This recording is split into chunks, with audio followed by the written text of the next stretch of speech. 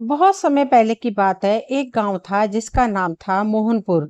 मोहनपुर हरियाली से भरा, मिट्टी की खुशबू से महकता और हर कोने में कोई ना कोई कहानी कहता। इसी गांव में एक साहूकार रहता था। नाम था लल्लू साहू।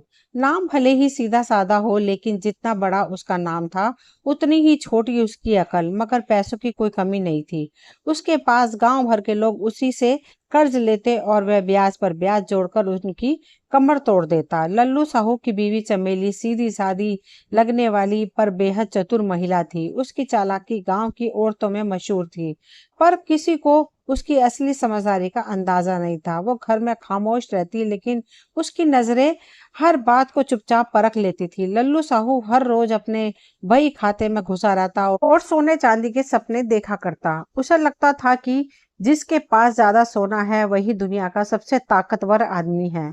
बस यही सोच उसकी जिंदगी का सबसे बड़ा लक्ष्य बन गई थी। जितना हो सके सोना इकट्ठा करो। चमेली ने उसे कई बार समझाया कि गांव के लोग ज्यादा गरीब हैं, उन पर दया करनी चाहिए, लेकिन साहूकार हर बार यही कहता, दया से पेट नहीं भरता, चमेली सोना ही राजा बनाता है।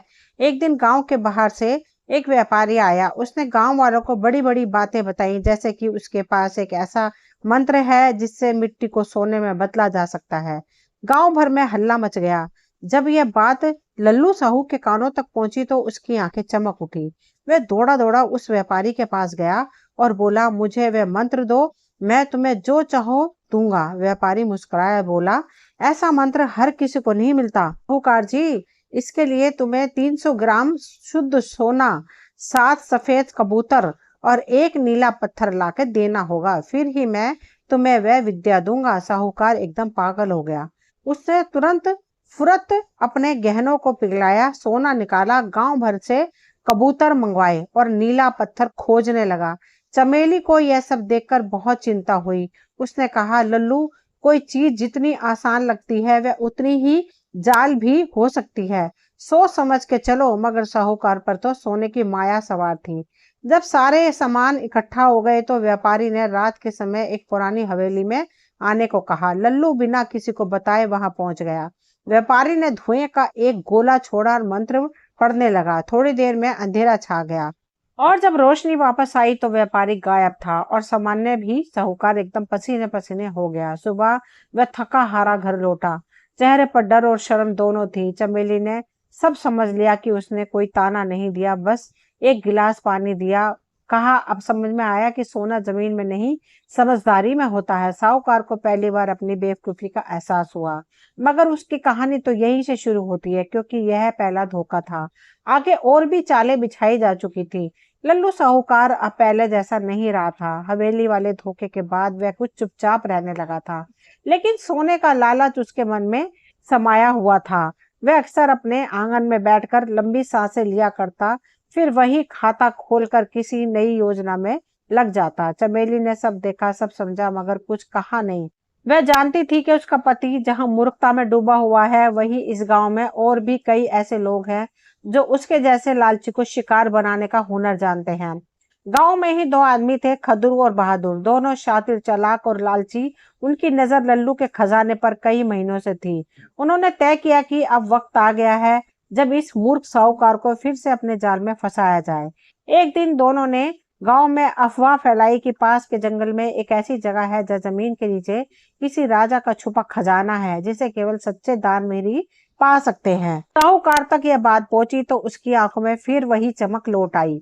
उसने तुरंत खदू और बहादुर को अपने घर बुलाया और पूरी बात पूछी। दोनों ने बड़ी चतुराई से कहा, मालिक, यह बात आम लोगों को नहीं बतानी चाहिए। यह खजाना उसी को मिलेगा जो बिना लोभ के दान करता है। राजा की आत्मा को केवल वही संतुष्ट कर सकता है। लल्लू ने पूछा, दान किस चीज का? बहादुर बोला, सोना, और वह भी बिना किसी शर्त के। राजा की आत्मा को चढ़ावे में शुद्ध सोना चाहिए और उसे जंगल में जाकर मिट्टी में दबाना होगा। 3 दिन में अगर आत्मा संतुष्ट हो गई तो सोना 2 गुना होकर जमीन से निकलेगा। लल्लू साहूकार सोच में पड़ गया। उसके मन में लालच और डर की लड़ाई होने लगी, लेकिन फिर लालच ने जीत ली। उसने अपने छोटे संदूक से 4 सोने की चूड़ियां और 2 सोने की ईंटें निकाल ली और अगले ही दिन दोनों के साथ जंगल की ओर निकल पड़ा। चमेली को कुछ शक हुआ तो उसने चुपचाप साहूकार का पीछे करने का फैसला किया। वह जानती थी कि खदू और बहादुर की नीयत साफ नहीं है। जंगल के एक सुनसान हिस्से में खदू ने जमीन में गड्ढा खोदा और साहूकार से कहा, यही राजा की आत्मा वास करती है। अब आप इसे खजाने को बिना पीछे देखे मिट्टी में दबा दो और बिना कुछ बोले यहाँ से लौट जाओ। साहूकार ने वैसे ही किया। जैसे ही वह मुड़कर चला, खदू ने इशारे से बहादुर को सोना निकालने के लिए आगे बढ़ाया। तभी झाड़ियों में एक सरसराहट हुई। दोनों ठिठक गए। अचानक पेड़ की ओर से चमेली निकली। उसके हाथ में एक लाठी थी और चेहरा सख्त, जरा हटो वहां से, यह सोना मेरे पगले पति का है और तुम जैसे धोखेबाजों के मुंह से रोटी छीन लेना भी पुण्य का काम होता है। चमेली गरजी और खदरू और बहादुर डर से कांपने लगे। उन्होंने समझा कि साहूकार अकेला है, लेकिन यह औरत तो उनके सारे मंसूबे पर पानी फेरने आई थी। चमेली ने तेज आवाज में कहा, जंगल के उस ओर दरोगा जी की चौकी है, बस एक आवाज दूंगी, दौड़ते चले आएंगे। खदू ने बहादुर की ओर देखा और फुसफुसाया, भाग ले भाई, आज नहीं तो कल सही। दोनों चुपचाप जंगल के रास्ते भाग खड़े हुए। चमेली ने गड्ढे से सोना निकाला, एक पुरानी बोरी में बांधा और चुपचाप घर लौट आई।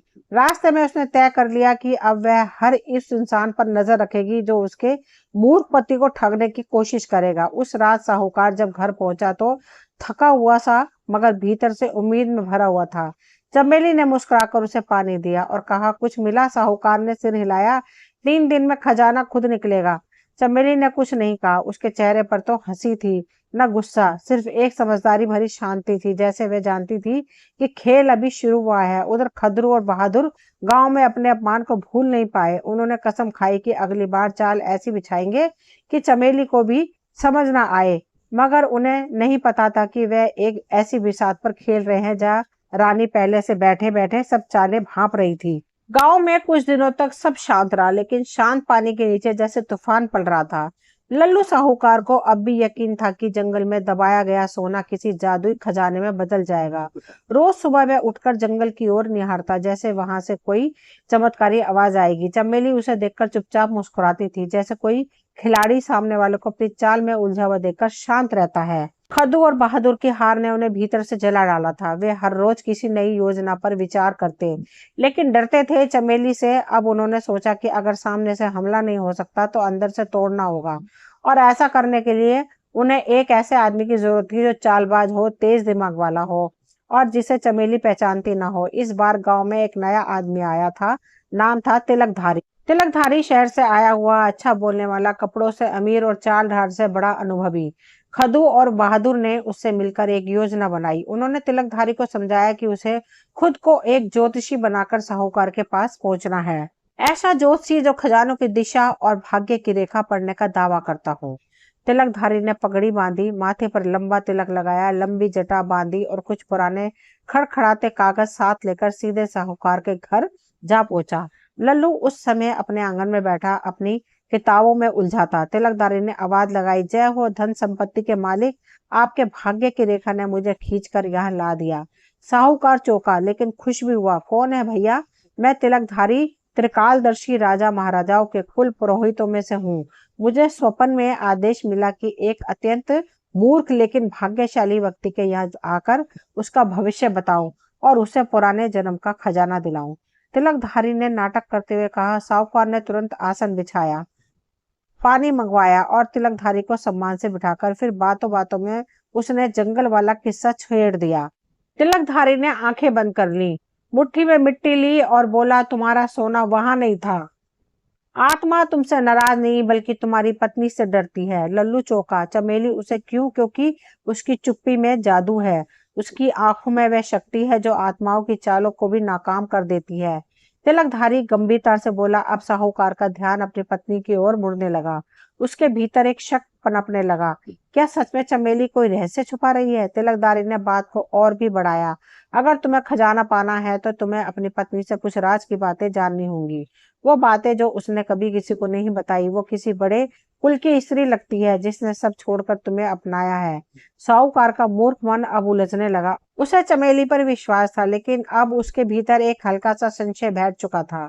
उसने उसी रात चमेली से बात करने की ठानी। रात को जब दोनों आंगन में बैठे थे, साहूकार ने पूछा, चमेली तुम कहाँ की हो? चमेली ने देखा उसकी आंखों में कुछ और सवाल थे। उसने शांत स्वर में कहा, क्यों पूछ रहे हो ऐसे? आज एक पंडित आया था, वो कह रहा था कि तुम किसी बड़े कुल की हो। तुमने कभी बताया नहीं। चमेली ने हल्की हंसी के साथ उत्तर दिया, अगर मैं बताती कि मैं किसी बड़े घर से आई हूं तो क्या तुम मुझसे शादी करते? साहूकार कुछ देर चुप रहा, फिर बोला, तुम मेरे साथ क्यों हो? जब मैं मूर्ख हूँ, बेवकूफ हूँ, तब भी तुम मेरा साथ क्यों देती हो? चमेली ने पहली बार उसकी आंखों में आंखें डालकर कहा, क्योंकि जब दुनिया तुम्हें बेवकूफ समझती है, मुझे तब भी भरोसा है कि तुम में इंसानियत है, और जिस इंसान के पास इंसानियत हो उसके साथ रहना मेरा फर्ज है। यह सुनकर लल्लू का मन थोड़ा नरम पड़ा, लेकिन शक की आग अभी भी बुझी नहीं थी। उधर तिलकधारी, खदू और बहादुर अगली चाल की तैयारी में थे। उन्होंने तय किया कि अब तिलकधारी को साहूकार के घर ठहराया जाएगा और धीरे धीरे वे अंदर की सारी बात निकाल कर लाएगा। लेकिन उन्हें नहीं पता था कि चमेली की निगाह हर उस शख्स पर थी जो उसके घर में आ जा रहा था, और वह जानती थी कि अगला हमला भीतर से होने वाला है। लेकिन जब कोई चालाकी से हमला करता है तो जवाब भी चालाकी से ही दिया जाता है। तिलकधारी अब साहूकार के घर में रुक चुका था। हर रोज वह पूजा पाठ का नाटक करता, कुछ मंत्र बुदबुदाता और लल्लू को विश्वास दिलाता कि बहुत जल्दी खजाने का रहस्य सामने आएगा। लल्लू उसकी बातों में ऐसा खोया रहता जैसे किसी जादूगर ने उसे वश में कर लिया हो। लेकिन इस सबके बीच चमेली चुप नहीं थी, वह हर चीज पर नजर रख रही थी। तिलकधारी की चालें, उसके झूठे ग्रंथ और उसकी रात को की गई गुप्त मुलाकातें। एक रात चमेली ने देखा कि तिलकधारी आंगन में अकेला बैठा है और खदू उससे धीरे धीरे बात कर रहा है। वह बातों की आवाज तो नहीं सुन पाई, लेकिन तिलकधारी के चेहरे की मुस्कान और खदू की आंखों में चमक ने साफ कर दिया कि कुछ बड़ा खेल खेला जा रहा है। अगले ही दिन चमेली ने अपनी एक विश्वस्त सहेली को बुलाया। पारो पारो गांव की सबसे तेज औरतों में एक थी। चमेली की सबसे करीबी दोस्त। चमेली ने उसे सब कुछ बताया और कहा कि वह तिलकधारी की गतिविधियों पर पूरी निगरानी रखे। तिलकधारी अब लल्लू को धीरे धीरे चमेली के खिलाफ भड़काने लगा था। उसने लल्लू से कहा कि मालिक, आपके भाग्य में एक बहुत बड़ा राज छुपा है, लेकिन जब तक आपके घर की कोई स्त्री उसका रास्ता नहीं बताएगी, खजाना प्रकट नहीं होगा। औरतें बहुत कुछ छुपा लेती हैं। आपको अपनी पत्नी की परीक्षा लेनी होगी। लल्लू, जो पहले ही भ्रमित था, अब और डोलने लगा। उस रात उसने चमेली से कहा, अगर मैं तुमसे कुछ पूछूं और तुम न बताओ तो? चमेली ने धीरे से मुस्कुराकर कहा, तो समझ लेना कि बताने का वक्त नहीं आया है। यह जवाब लल्लू के मन में और भी उलझन पैदा कर गया। अगली सुबह तिलकधारी ने घोषणा की कि एक विशेष यज्ञ रखा जाएगा, ऐसा यज्ञ जो आत्मा को प्रसन्न करेगा। लेकिन उसकी तैयारी में एक स्त्री को बिना किसी बात के 3 दिन तक मौन रहना होगा। लल्लू ने तुरंत कहा कि यह काम चमेली को करना चाहिए। चमेली अब समझ रही थी कि, लेकिन उसने मौन व्रत स्वीकार कर लिया।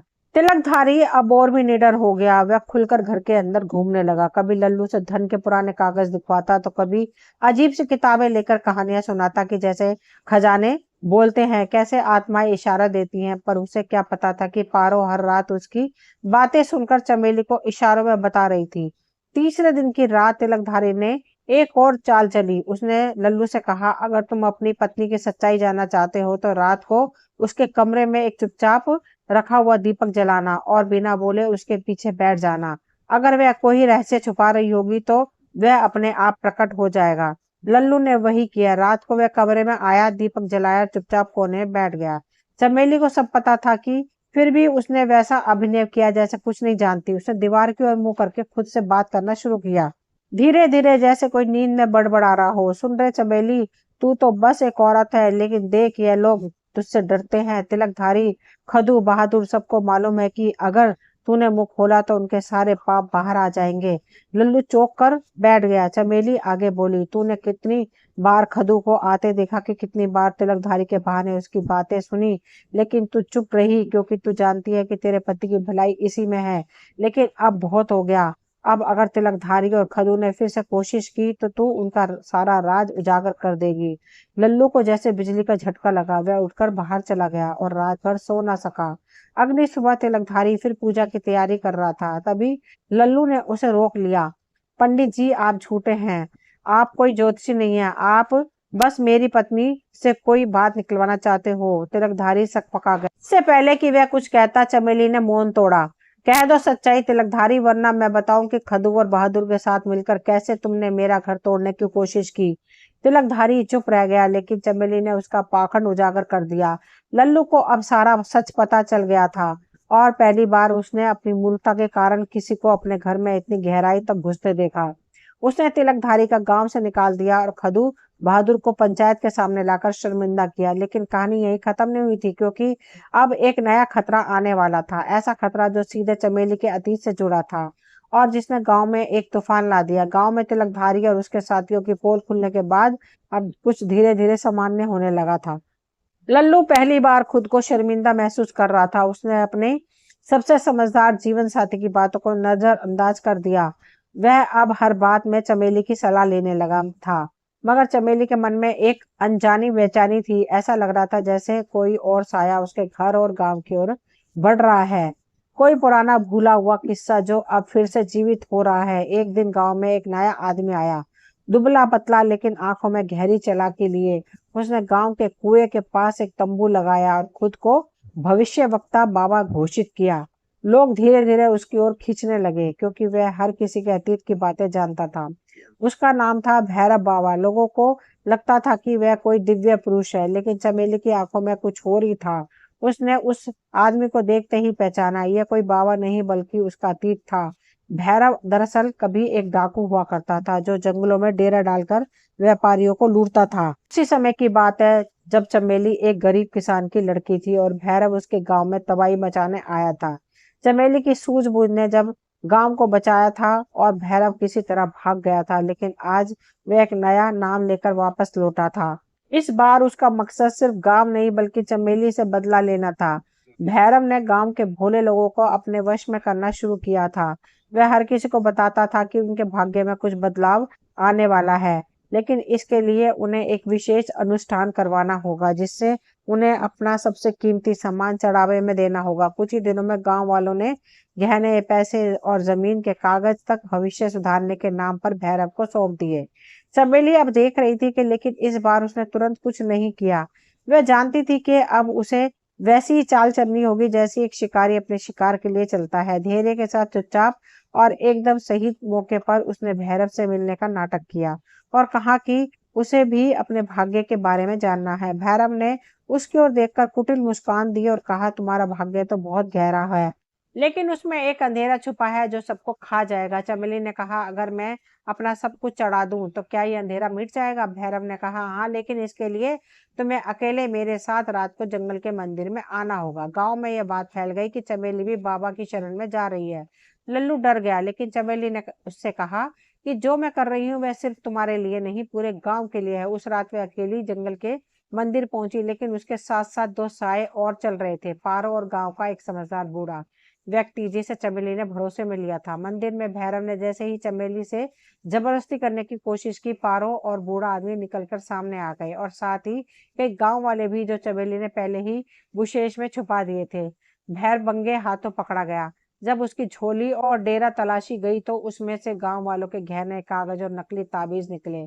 अब किसी को शक नहीं रहा कि वह एक ठग है। पंचायत ने तुरंत उसे रस्सियों से बांधकर गांव के बाहर खंबे से बांध दिया। लेकिन इस बुरे कांड के बाद सबसे बड़ी बात सामने आई। जब गांव के लोग चमेली का धन्यवाद करने आए, तब लल्लू ने सबसे सामने खड़े होकर कहा, मैंने आज तक अपने आप को साहूकार समझा, लेकिन असली समझदारी तो मेरी पत्नी में है। जो औरत पूरे गांव को एक के बाद एक ठग से बचा सकती है, वही सच्ची साहूकार है। मैं तो बस एक नाम का मूर्ख था। गांव में पहली बार किसी आदमी ने खुलेआम अपनी पत्नी की बुद्धिमत्ता को स्वीकार किया। लोग तालियां बजाते रह गए। उस दिन से गांव में एक नई परंपरा शुरू हुई। हर साल एक दिन चमेली उत्सव के रूप में मनाया जाने लगा, जिससे गांव के सबसे चतुर औरत को सम्मानित किया जाता। चमेली ने कभी गर्व से सिर नहीं उठाया, लेकिन उसकी मुस्कान अब सब कुछ कह रही थी। उसने न सिर्फ अपने परिवार को बल्कि पूरे गांव को बचाया था। और यही था एक मूर्ख साहूकार की चतुर पत्नी, जिसने अपनी समझ और हिम्मत से हर चाल को मात दी। दोस्तों, ये कहानी यहीं तक थी। मुझे उम्मीद है आप सभी को पसंद आई होगी। अगर कहानी पसंद आई हो तो प्लीज चैनल को सब्सक्राइब करें, वीडियो को लाइक शेयर करें, कमेंट करें।